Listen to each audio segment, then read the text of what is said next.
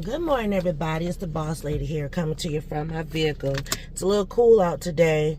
I was gonna dress up and be like all super like business, but it's Saturday. Yeah. So I'm going to the Community Empowered Conference today. Today's title is Visions and Values, Laying a Solid Foundation. The Dr. Egypt Sherrod will be there. I'm praying to get either a little bit of video, picture, something. But this is Egypt Sherrod. If you don't know, she was on HGTV with her husband. She's in real estate. They had their own show for a few years, and then it got, I think, canceled or whatever. But anyway, yes. So I'm going to that, and I'm super excited. But I think we all have a defining moment. It's that aha moment. It's where either something snaps in us, and I guess our ancestors come into our body. We start to recognize our personal power, or we become motivated forward toward purpose. Yes. So for me, I was a radio personality for 20 years. Now try to do that math when I'm only 25. But I was a radio personality who got canned. I mean, I was #1 in the market, and all of a sudden I walked into a pink slip. How does that happen?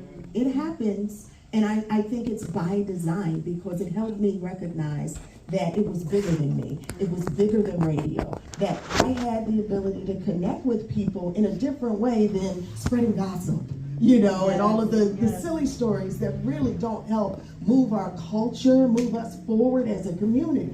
God wanted to use me in a different way, and so I had to get fired into purpose. Look at that. Look at that. And so on the unemployment line,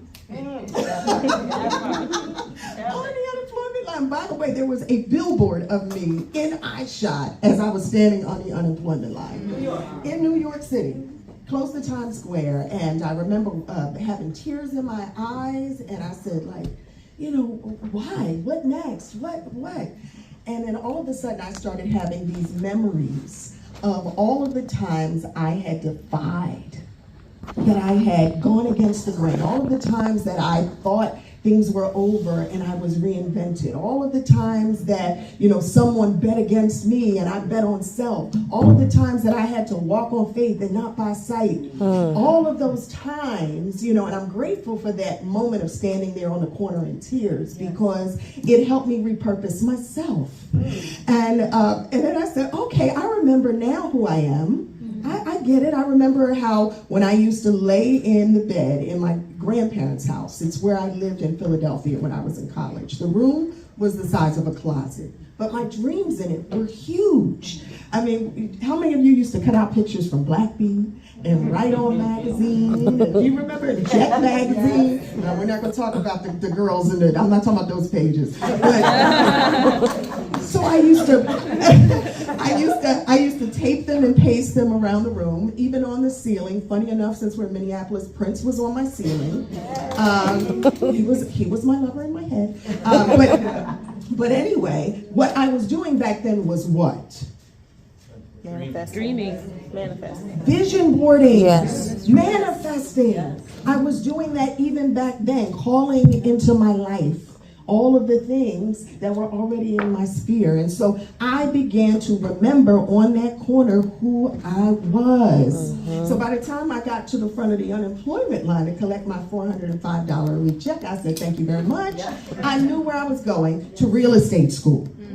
Because I was taught since wee high that real estate was the foundation of wealth. And at that point, it was about, okay, I will never be in a position again where someone can literally snatch my livelihood from under me. So I need to build a foundation that is solid and unbreakable.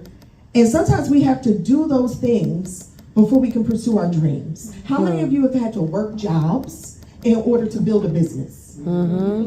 Right? How many of you have had to I was a maid folding clothes and, pulling the sheet corners down real tight, on the end of the bed. I remember I was Chuck E. Cheese. I was the rat I was a rat. But we have to sometimes work the job to reach the dream. Work the job to build the business. But the beautiful thing about that is it's exactly how I was repurposed. It's where I realized, oh, I love doing this. Not just buying real estate, not just flipping houses and properties, but I love helping other people do it too. And I realized this is why I was fired. Yeah. Give her a round of applause. So when I purchased my first property, I was 24. When I stood on that street corner, Kim was with me, we knew each other way back then. I was 32 then. But I was, when I purchased my first property, I was an investor. So I had been flipping houses, for all of those years. But I purchased my first home to live in when I was 28. So 4 years of being an investor. You were an investor first. Oh yeah, I was an investor first. Yeah. Talk about that rationale. So, well, if I had it to do it again, I would do it the exact same way because, the beauty in it is you can buy a 3-family, you can buy a multi-family and you live in one unit. You live there for a year, you rent them out, it's paying for your mortgage, you turn around and do it again, and you do that every year, every 2 years, if you can. And so there was beauty in that model for me. Again, it's the stuff I didn't think I wanted to take away from the Thanksgiving table. All of my uncles who were real estate brokers and Century 21 owners, I could not get away from that. But I knew that, okay, this is how we set ourselves up for success, right? Any money that you make should be making money for you overnight. Do we know that? Are we taught that? We aren't. No, we aren't. Be honest. Are we taught that? Did your parents teach you that? No. Did your grandparents teach them that? No. So we do the best every generation with what it is that we have. But the beauty about this generation that we're in right now, and I do believe that we are the ones that our bloodlines have been waiting for. Yes. Right? Yes. So the beauty about where we are now is we have all this information literally at our fingertips. I mean, you have but to pick up social media. Just as much negativity is on it, there's a lot of beauty and knowledge in it as well. So we now sit in the driver's seat of where we can teach our children. But they're trying to change the rules on us now. Right? So we've got to be hungry for this same information that's going to leave generational wealth. And that wasn't even the question you asked me, was it? Okay. That was great, and I'm glad. That's interesting because we do encourage people to consider becoming a landlord as well. We've had clients in the past that have completed workshops with us, and they did buy a duplex, and her monthly expenses were brought down to $72 a month. And so when we talk about those dynamics, I love it was very smart of you to say, I'm gonna invest first, and now both add. So let's fast forward a bit. How are you doing all of this? First, managing motherhood. You've got amazing brands. You are beautiful. Do you know that? Ma'am. No. Are you guys looking at this lady? She is stunning. You are stunning. Egypt said I was You know what? I don't think women were used to giving each other those type of compliments, but we should. Yeah, we should give each other compliments. Thank you. You should be good about receiving them too. So thank you very much for that. And you are just gorgeous. Thank you. Honored to be sharing the stage with you and just proud of you. Thank you. And very inspiring to me and to many in the audience because you do, you work, you hustle, you work hard. And sometimes it doesn't seem like you're breaking through. And so I was like, she's the one to talk about this. So again, the question is, how are you balanced? Where do you find the balance? Beautiful family. Yeah. We really appreciated seeing you all on prime time. Thank you. It was beautiful. Did anybody else get goosebumps watching her and her family and the little ones and working together on projects and things? It's a healthy view of the Black family, and I love that you have elevated our narrative that way. But so all that aside, how are you doing all that? Talk about how do you find the work-life balance? So I remember years ago, I had the opportunity to interview Oprah Winfrey, and I asked her that very same question, although it was different because it wasn't children and it wasn't a husband, but it was an empire. Absolutely. And she was, like we have to protect our energy, but when we give it daily, it's like, well, how do I leave enough for myself? How do you give from an empty cup? So I remember asking her that very question, and she said to me, just not all at once. Wow. You can have it all. And you can do it all, but pace yourself, just not all at once. So that stuck with me whenever I felt overwhelmed. Because, listen, I'm a Scorpio. We try to do everything now, all at once. Very little patience. But what comes from that sometimes is not quality. Quantity, but not quality. Definitely not quality of life. And I don't play by the rules. I don't play by the rules. I don't mean that I undercut. I don't mean that I do anyone dirty, but we have the right to rewrite rules that work for our life. Just like for our marriages, we have the right to rewrite these rules, these unsaid rules. So what I learned during the COVID years is, and we all learned a lot, didn't we? In those COVID years. That balance is an illusion. Prioritization should be the goal and focus. When we try to balance, we're always on eggshells. It's always topsy-turvy. But the things that count, the people that matter, have to be prioritized. And for me, that is my family. It is my marriage. It's a non-negotiable. Much that I've turned the bag down when it didn't align. So much, not every bag is your bag. That's right. Somebody say, not every bag is my bag. Not every bag is my bag. Not every bag is a blessing. That's Some right. bags come with strings, and some come with weights. That's right. And some come with weight. And so we have to recognize our bag. For me, as long as I am doing what I love every day, I'm happy. I get to be creative. I get to be able to inspire people. I am happy. The question is, how's my family? So that's always the calibrator for me. Turn around and look at my kids. Are they happy? Are they being all that they can be? Are they inspired? Do they need more of mommy? What is that? My husband, did I swing from the chandeliers enough? Is he okay? Is he happy? What's going on? And so, we're family in here, right? So, y'all know what my living room looks like. We're family. So that's the real calibrator to me. And if ever that falls out of line, then my reason why that I'm doing everything else, right? Like, why are you getting up? Why are you working so hard? Why are you flying to Minneapolis? Why are you doing these things? It's my passion, but they are my reason why. So they have to be prioritized. And I have learned that when I do things in that order, that I am being obedient. And when you're obedient, the blessings flow. You don't have to work so hard for them. They flow to you.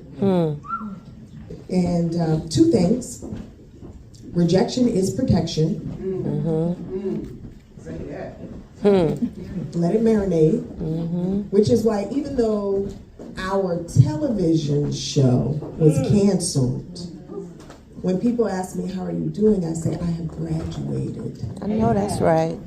Because, and I'll tell you about that later, but rejection is protection when we see the full picture. But remember, I've been here before, on the street corner. And so all we have to ever do is remember who and whose we are, and the game changes. So when I talk about home ownership from that perspective, if you have been declined, if something is out of whack, then that rejection is not to deny you of that which is ultimately going to be yours. It is to tell you it's not time yet. You have some work to do.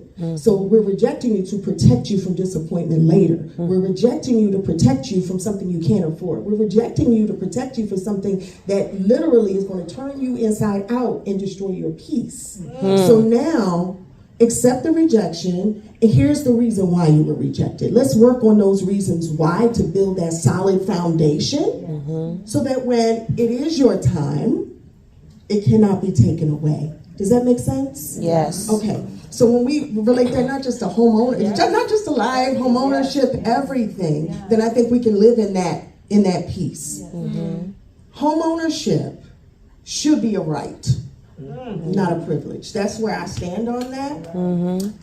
But then let's take it a step further, because many of us, when we're rejected one time, that's enough for us. We applied for a mortgage and we got denied, and that's it for the rest of my life. I am not going to own a property. We have counted ourselves out.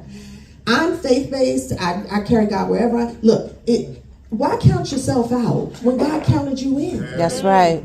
Do you see what I'm saying? Doctors will tell you no, teachers will tell you no, lenders will tell you no, everybody want to tell you no, but all it takes is that one yes. And you were counted in from the day you were born. Do you understand that? We understand that. If we live in that, then again, we recognize that October 12th. Now, if that was Earth, Wind, and Fire, I don't know.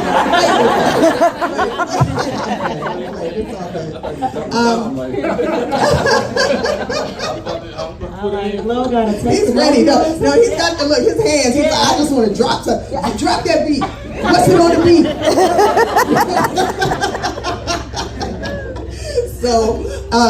So I think what we just all need to do is have a mind shift. You know, really have a mind shift. Everything's shifting around us right now, but we just like lean into it instead of away from it, you know, and just change the way you look at it. All right, so I applied, you know, I got denied. Okay, this time. So what do I have to do? And put one foot in front of the other. Things start to feel overwhelming when we look at the big picture, and it seems. But when you put one foot in front of the other and take one task per day, today, all right, I got to work on my credit. I got to work on getting this credit back aligned. And when I do that, then I'm going to start on my savings. Now I've got my savings. Now it's my time. It's you know, I have a business plan even to go to the supermarket, especially when I go to Costco. I have to have a business plan, because if I don't have a business plan, I overspend. How many of you do that, right? If you go to the market and you don't know, if you don't have a list, what happens? Tell me, please, somebody. Because see, the husbands are going to tell the truth. What happens? It's a trap. It's a trap. It's a problem, right? That's why a lot of y'all just sit in the car. You don't even want to witness it. So my point is, we have to have a plan. You got to have a business plan in everything that you do. Right. It's simple. I was given oh God, here it is. Now y'all gonna know I'm not 25 no more. But do you remember the Franklin Coveys? Does anyone remember Franklin Covey? Right. The leather-bound journals and everything. My dad gave me a Franklin Covey when I graduated high school. It was like a big black encyclopedia, yes. And he was like, listen, this is what I want you to do. I want you to write down what your goals for the year are. You're going to write it on this page. These are the goals, the big things that you want to accomplish. And he said, how do you feel? I said, I feel like overwhelmed. This is it. I don't know. I feel like I'm dreaming. He's like, no, but these are the things you want this year, just this year. And yeah. He said, okay, now go to this section. And then he says, let's break it down monthly on what you need to do task-wise to accomplish these things. And I felt still overwhelmed. But the more I started sectioning things off, the more capable I felt. And he said, okay, you got that. That's monthly. Now, let's go to the daily section. And in the daily section, I want you to take what you did for your month and break them down into micro tasks. This was the best lesson I have learned in my entire life, truly, was that anything we want to accomplish, we want to conquer, we have to just break it down into micro tasks, right? And now so much I do it hourly. She knows Kim has been in my life for eons. She's a great friend of mine. Her husband used to be my radio producer. And she went on to become my booker, my executive assistant. Now she owns a speakers bureau. And so she handles all my bookings, but she's been around me for a very long time. And so Kim, you know what I'm talking about when I say a to-do list. list never ends. It never ends. But never ends. But when we have something large that we want to accomplish, again, if we just break it down into micro tasks, it's very doable. And if we look at other people who've accomplished things similar to what we want to accomplish, like, you know, you got an investor in your neighborhood. How did he do that? He had to have started someplace too. Yes? Mm-hmm. And so why not you? Why not today? It is. Right? Why not you? It's just a matter of how. And I do think, unfortunately, in our communities, our parents and our parents' parents have spent so much time trying to dig themselves out, you know, trying to just dig out of debt, that they didn't have time to teach us how to manage and grow wealth. Yep. Yes? Yes. Because they were just trying to rob Peter to pay Paul. It's true. I grew up on welfare. I did, you know, I remember eating sugar bread and fried bologna sandwiches. And didn't know the difference, though. Didn't know the difference. I still can smell fried bologna sandwich from 2 blocks away. So what I'm saying is, you know, now we know. Now we know. So the things that we have to do today are teach our kids these foundational principles about wealth, how to acquire it, how to manage it, how to grow it, but also credit. Because credit is your word, essentially. And we have to more about credit. Credit? Yeah. What do you want me to tell you about credit? That I had bad credit. I once had really bad credit. Well, what I believe is essentially credit is your word.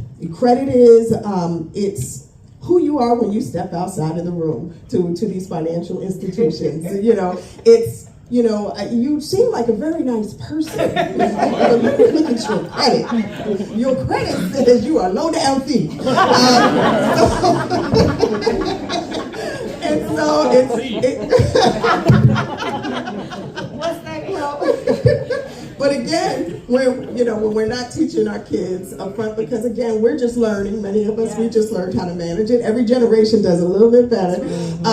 They go to school, go off to school, and they got all these tables set up at the job fair or up and down the street during Greek week or what have you. And there's credit card companies telling you to sign up for a keychain or for a water bottle when it's 100 degrees outside, and you're like, yes, I think I'll do that. It's free. So it really just starts. Again, I'm going to approach this from 2 ways. Yes. Because we're talking about the kids, we'll go here first. We're teaching our kids, just like when they go to school, when they learn all of these things that they cannot take into life. Calculus, have you ever used it? Some of you may have, but no, I've never used it. Listen, home ec is probably right. Only lessons 1 through 3 are all that, because I still can't, never mind. But I say all of that to say we have to teach them things like real life skills. Yes. And being able to manage money and credit are 2 of the key things that are going to help them be successful, period, in life and accomplish the things that they want to accomplish. And so it's if I loan you money, I expect you to pay it back. Yes. And here are the terms. This is my daughter. You know, instead of giving her an allowance, you have to earn it, or you have to borrow it. And if you borrow it from me, here are the terms. And here's the promissory note. It says that you're going to pay it back, and you're either going to pay it back in money that you're getting from your Christmas or your birthday or something, or you're going to pay it back in labor. Yes. Do you understand? But if we just give our kids things, which many of us are guilty of, we just give them things because we can, and we think we're doing the right thing. Yes. But we're hurting them by just giving them and making life easy. Because is that how you were built? No, you were built from the school of hard knocks. That's right. Yes? Many of you in this room, you were built from the school of hard knocks, which is why you're doing better. But we earn the money, and if they don't learn the lessons, they lose the money in their generation. Yes. So we teach, so we make it a little tougher for them, because the world's not going to be easy. I'm going to loan it to you, and you must pay it back. Yes. Do you see how that works? Now, on the side, you can be putting money away for them, sacking it away. Absolutely. Just don't tell them. Yeah. But now, when it comes to credit, here it is, a credit system that you can have in your house. It's very simple. Here are the rules of my house. And when you follow the rules of my house, you get a point. When you don't follow the rules of the house, I take them away. I take points away from you. And there's a reward system at the end. At the end of every month, here is what you get. And it may be with kids, a lot of times it's the things that, like deductive punishment. That's what we call it. They love these telephones, don't they? They love their social media. They love their apps. When you don't follow the rules of the house and your score went down, you lose your telephone, right? Oh, when you don't follow the rules of the house, your house credit score went down. So no, you can't go for the sleepover. My son is chuckling in the back. But what is that? Like, that's my mama. What is that doing ultimately? Yes. It's teaching them logic behind credit. It's also teaching them how to be responsible and accountable. Yes. So start early. Now, for those of us who have made mistakes ourselves, we were never taught, and we're at a place in life right now where credit ain't looking too good. But I'm a good person. Right? The credit's not looking too good. Listen, it's not permanent. That's right. There are programs out here to help you get your credit together, to do credit repair and restoration. But if you have counted yourself out, you won't even apply. If you've counted yourself out, you won't even call, you won't email, you won't ask for the help. Ask for the help that you need. And then, additionally, there are things that you can do to start to build. You can get a secured line of credit. You can get a secured credit card. And what that essentially means is the money is there and you're building your credit. It's going to be slow, but that's okay. Put one foot in front of the other. But what they're doing is telling you, all right, we're not going to extend you a $5,000 line of credit or a $10,000 line of credit. But let's see, all right, you have $1,500 in your bank account? We'll give you a $1,500 line of credit. But that's better than nothing when you're trying to rebuild. Yes? Mm-hmm. Yes. Okay. But just in closing, there's two questions I have for you. One, like, what are some words of advice?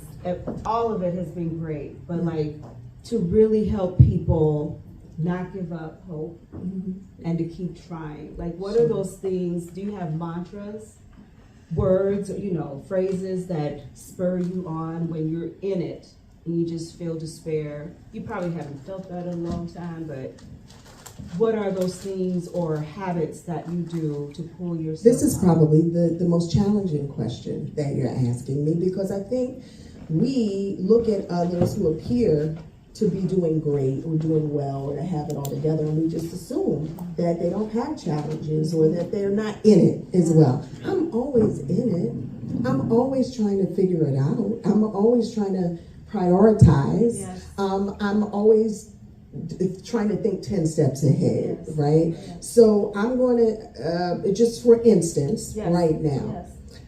Literally, my husband and I went on vacation. We literally came back to a canceled television show with top ratings. How does that happen? Yet I found a resolve and a sense of peace in me in that moment, because remember, I had been there before on that street corner, #1 on the radio. So I immediately recognized, oh, this is the next chapter.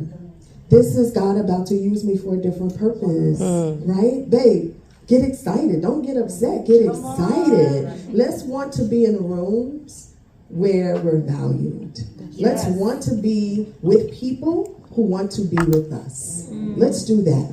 Because our television show, let me tell you how it was founded and what happened with that. Because I don't know many people know, we created and executive produced the show. Absolutely. And it started on a cell phone. Not that one, because I broke the one it started on. But it started on the cell phone, and it started because I had been hosting many shows before. I had, 4 or 5 television shows before that. But I had never been in a position where I could tell our stories. I had never been in a position where I could be an entire Black woman. I was never in a position where I could just like, the jokes that we get, and I was always someone else's version. Yes. Yes. And it didn't feel good, but I also felt discarded afterward, used afterward. And I told my husband, because at that point we were building, I had my real estate company, he was building design, he had his construction company. We were doing well. We needed, I don't need to be on TV, but we were doing so well, and we were so happy doing it our way. And he was like, I'm just going to take this because I think people need inspiration. And he started walking around with a cell phone, just filming everything. And one day as we were going through it, we're like, this is funny. This is good. Let's put it into a sizzle reel and shop it. Let's just shop it. And the one network who had fired me before, I remember I had Property Virgins for 8 years. I have Flipping Virgins, which I also executive produced, but it lasted 3 years, okay? But at every turn, it was when someone else got involved and wanted to tell the story that it started to go south. And I was like, you know what? This time, Mike, we got to be executives. We got to stay in the seat. Like, we got to be there for the editing. We got to make sure it shows who we really are. And so we had shopped at a bunch of places, but that one network was like, we're ready for this. Okay. We need this. We want this, and we know that you're the one to do it. They knew me. And so that was a wonderful experience and decision in doing that, but it still came with challenges. It still came with rejection. It still came with that. And so we are, as a nation right now, we're in a space where some communities are being marginalized. Yes? Where we have to fight to have our stories told, where we have to stay at the table, and where the table where the chairs are being pulled away from the table, we have to huddle in and create our own tables. That's right. We got to shape the tables. We got to build the tables. That's right. We have to put the tablecloth on them and set the tables. But guess what? A whole generation that came before us did that before, which is how many of us were born into some of the opportunities that we've had now. Right. Yes, so we got to do it again. That's what we have to do it again. And so I say all that to say I'm in a space where I'm about to do it again. I know that's right. Yes, you are. Yes, you are. And so there's a part from the Bible that I love. And it's when you guys, I can't tell you every chapter and verse, but I remember this, and it was brought back up to the forefront for me the other day. But where, do you remember when Luke was told to go out and cast a net? Do y'all remember? Go out and cast the net, because he wasn't catching any fish. But he was told, do it again. This time, go out and cast a net. Don't drop a fishing pole. Do you remember this? Okay. Now, he was told to cast a net. What do we catch with nets? Fish? No, you catch everything. Everything. When you drop the pole, you're going to catch one fish. When you drop a net, you coming up with everything. You got the crabs, you got the shrimp, you got it all.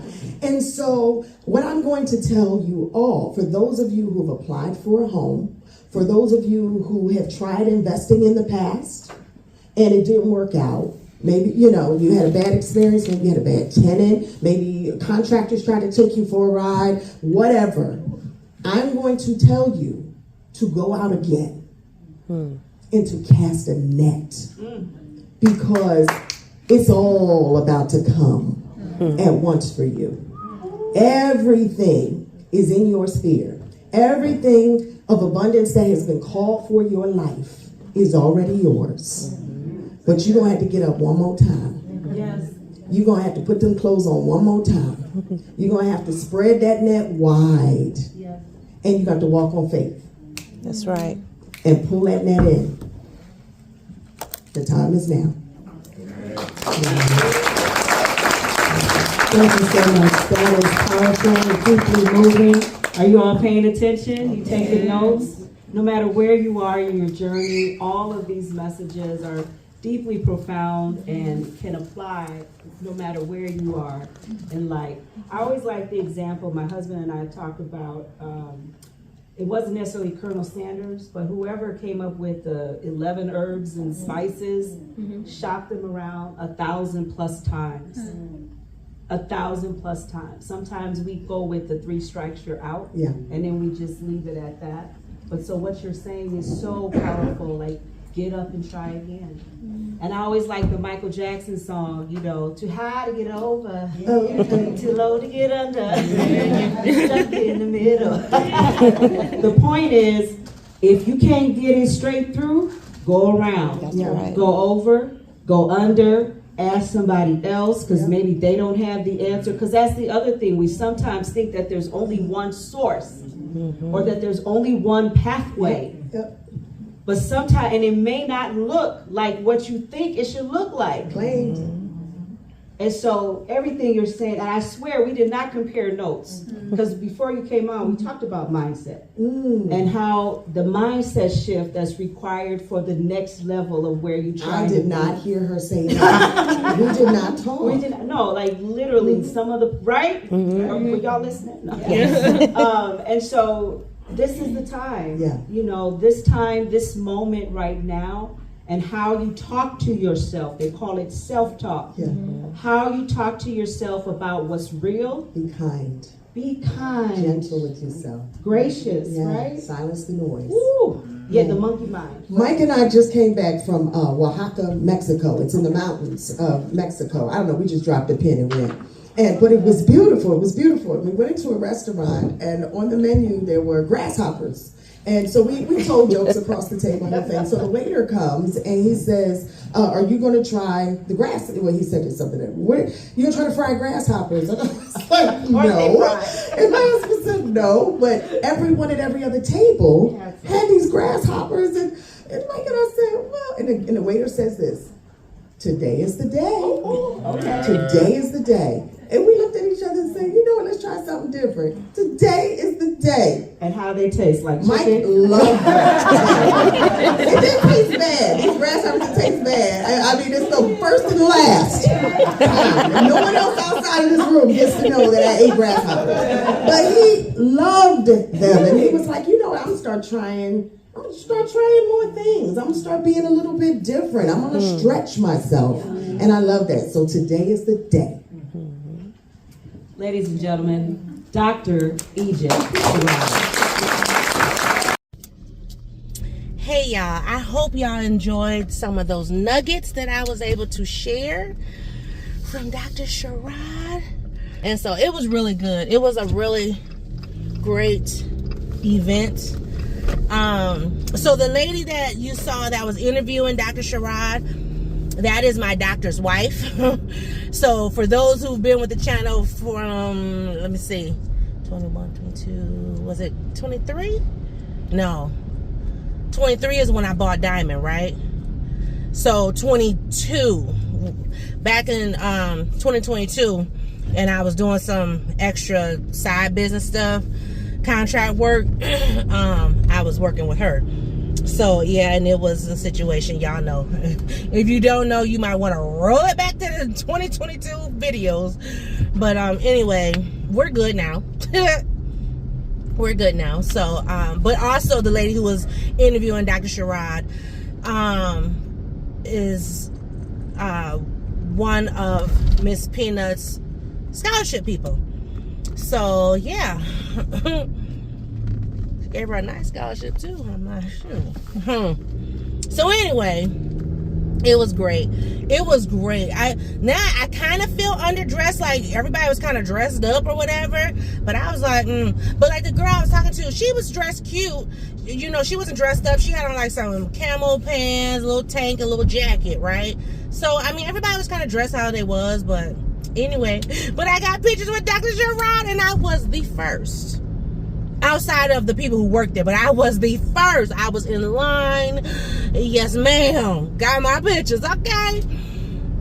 It was great. It was great. It was great. Oh my gosh. Oh, it was so great. Just to hear her talk, and like when I tell you I'm just so alive with it, like she just So you guys are going to get the condensed version of the interview. I am actually going to, I'm going to save the entire interview and probably just save it like, you know, on a private video, just so I can have something to refer back to. Because when I tell you that woman, man, and she's so faith-based, faith-driven, you know what I mean?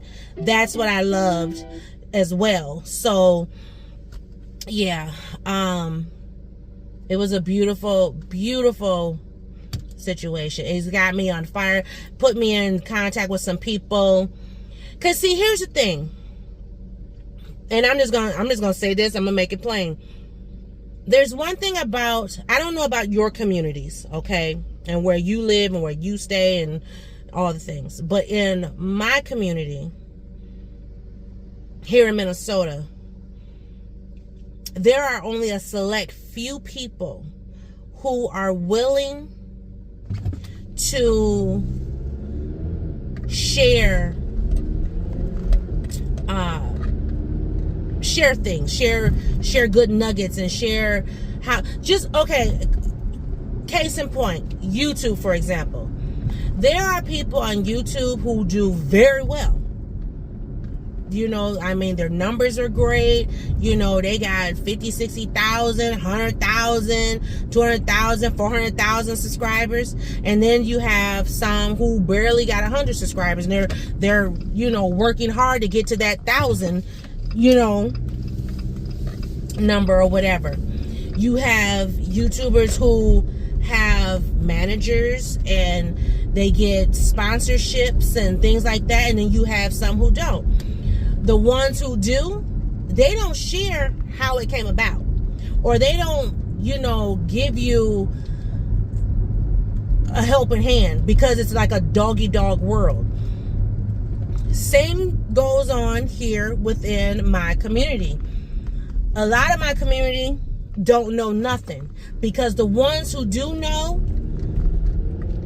whether it's generational wealth, how to buy a home, how to, obtain credit, sustain credit, maintain credit, those people who figured it out and know how to do that, you know what they do? They get the knowledge and they leave. So, like, whenever someone says, oh, so-and-so and so, they're from Minneapolis, Minnesota, blah, blah, blah. Yeah, they're from there, but they don't stay there. You know what I mean? And that's bothersome to me. Just like, how do you go about filing an insurance claim? And what do you need to tell the insurance company? And what do you need to take pictures of?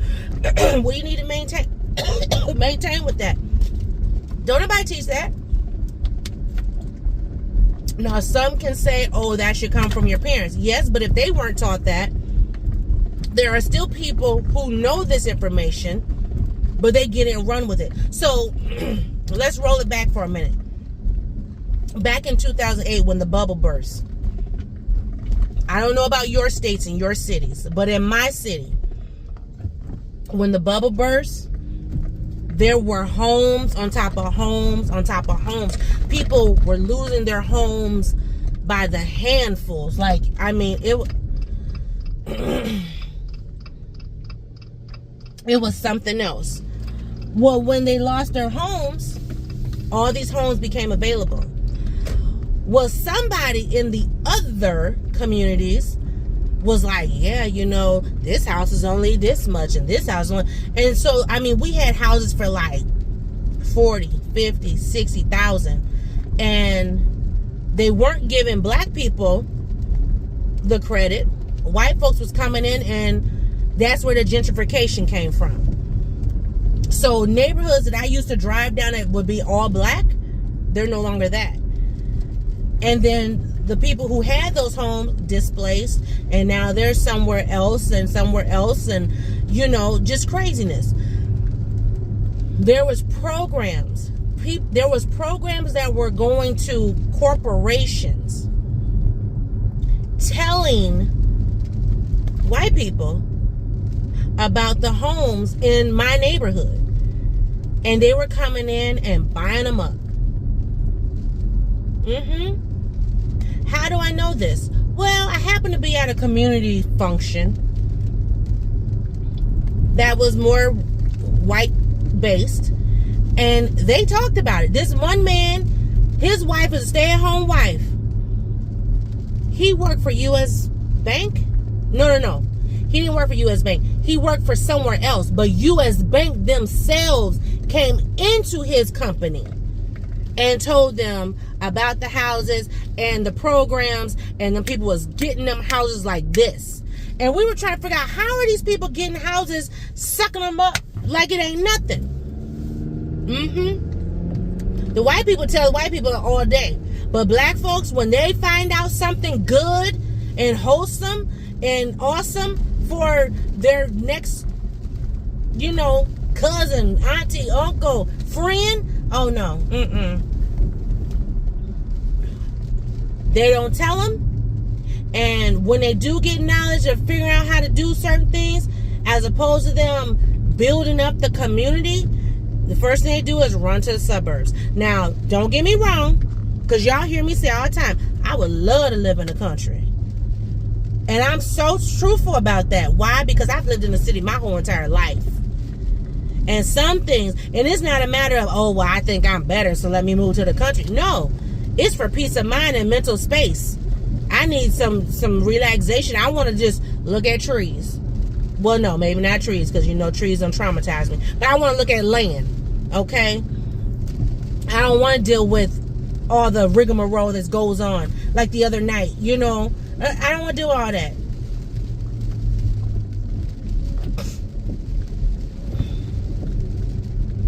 But this is what I'm talking about. So, anyway, I'm grateful that we were able to meet up with some people today who are like, hey, whether you want to buy a home, be an investor, we got you. And there's programs, and we got you. You know what I mean? That's what I'm talking about. Because I'm so like, whoo. But anyway.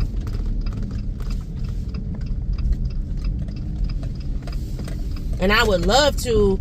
I'm learning the information because I know my eldest daughter wants to buy a home again. So I want to be able to get the information and be like, okay, you need to work with these people. These, you know what I mean? Turn her on to this person, that person. Something. So, anyway. But, oh, Dr. Sherrod, beautiful. Beautiful soul. And even she talked about something, you know, having goals, but then breaking them down so that, you know, you can obtain them. So, like, if you got a goal that's this big, break it down here, break it down there, break it down here, so then you can get here, and back to here. You know what I mean? Yeah.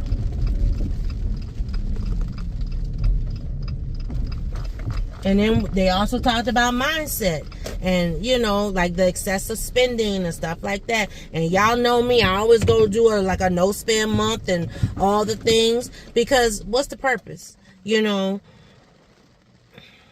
like all this Christmas stuff and, you know what I mean? Like, so I'm just saying. But anyway, I hope y'all enjoyed the little nuggets that I showed you. I enjoyed myself. Thanks for watching. See you in another video. Bye.